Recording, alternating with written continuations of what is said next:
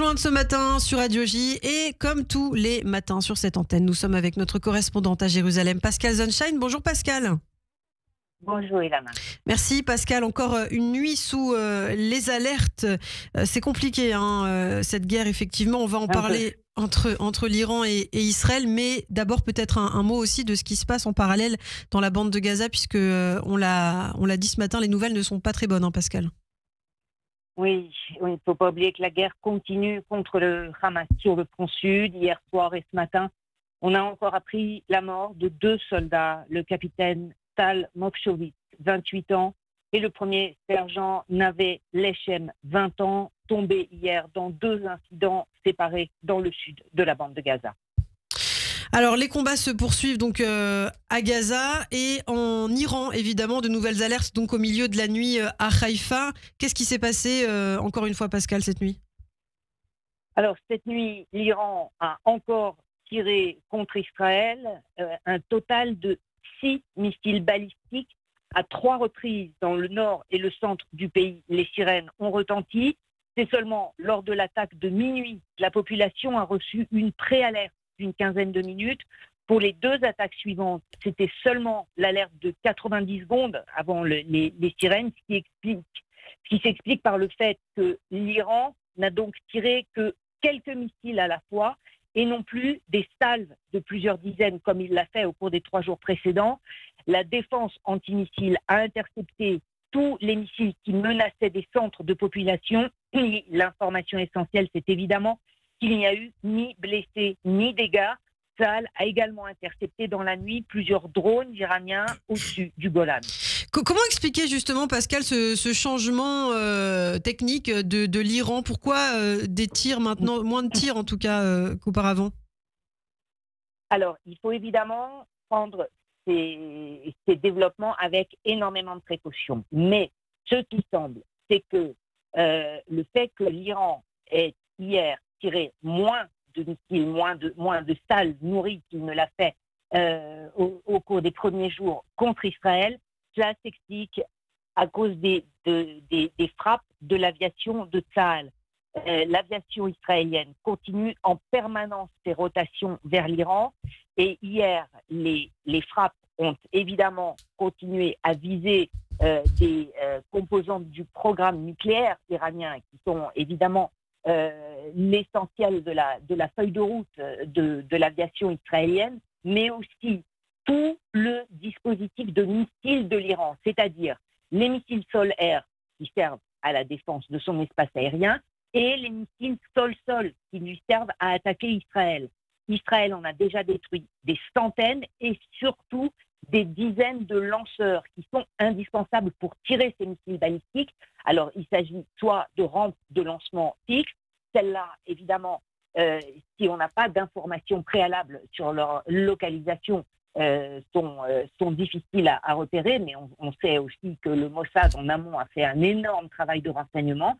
Et puis, il y a les lanceurs mobiles, ceux qui sont chargés sur des camions et qui peuvent tirer à peu près 4 missiles balistiques à la fois. Et ce sont ces dizaines de camions que l'aviation de Tsahal a déjà détruits, ce qui explique donc une plus grande difficulté de la part de l'Iran à bombarder Israël. Il y a aussi probablement une considération de économie de munitions selon la durée du conflit. Il ne faut pas oublier que Tsahal avait déjà, lors de ses précédentes attaques, visé en octobre dernier, des unités de production de missiles. Donc, l'Iran a son stock.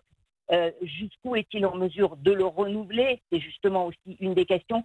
Donc, pour le moment, il faut prendre ce qui s'est passé cette nuit avec précaution. C'est vrai que par rapport aux dizaines de missiles tirés les 2 nuits précédentes, cette fois-ci, l'Iran n'en a tiré que 6 et tous donc ont été interceptés. Alors, régime iranien profondément affaibli, vous le dites, l'Iran aussi se réserve son stock. Du côté d'Israël, est-ce qu'on a un calendrier ? Est-ce que Tsahal a fait le point justement sur la durée de ces frappes ? Parce que pour Israël aussi, c'est important de savoir combien de temps vous allez devoir vivre sous les alertes. Oui.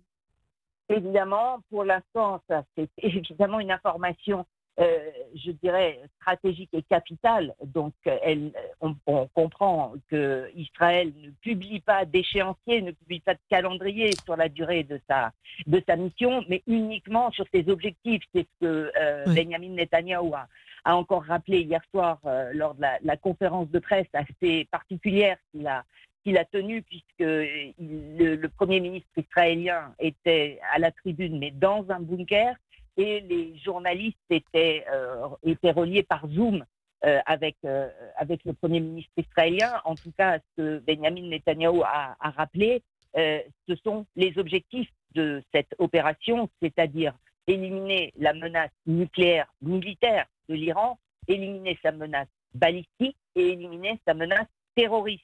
Et nous ferons tout ce qu'il faut pour y parvenir, a été la réponse de Benjamin Netanyahou aux journalistes qui lui ont posé, Ilana, la même question que vous sur la durée possible de cette opération. Alors Benjamin Netanyahou, justement, qui n'a pas exclu l'élimination d'Ali Khamenei, ce qui ne semble pas être au goût de Donald Trump. Justement, Donald Trump, parlons-en, Pascal, parce c'est vrai qu'on a du mal à le suivre en ce moment. On ne sait pas s'il soutient Israël avec ce déploiement militaire dans la région, s'il va faire quelque chose, en tout cas, pour aider l'État hébreu. Est-ce qu'on peut faire le point là-dessus ? D'abord, on a vu qu'hier soir, Donald Trump a écourté sa participation au sommet du G7. Il est rentré à Washington pour tenir un conseil de sécurité nationale.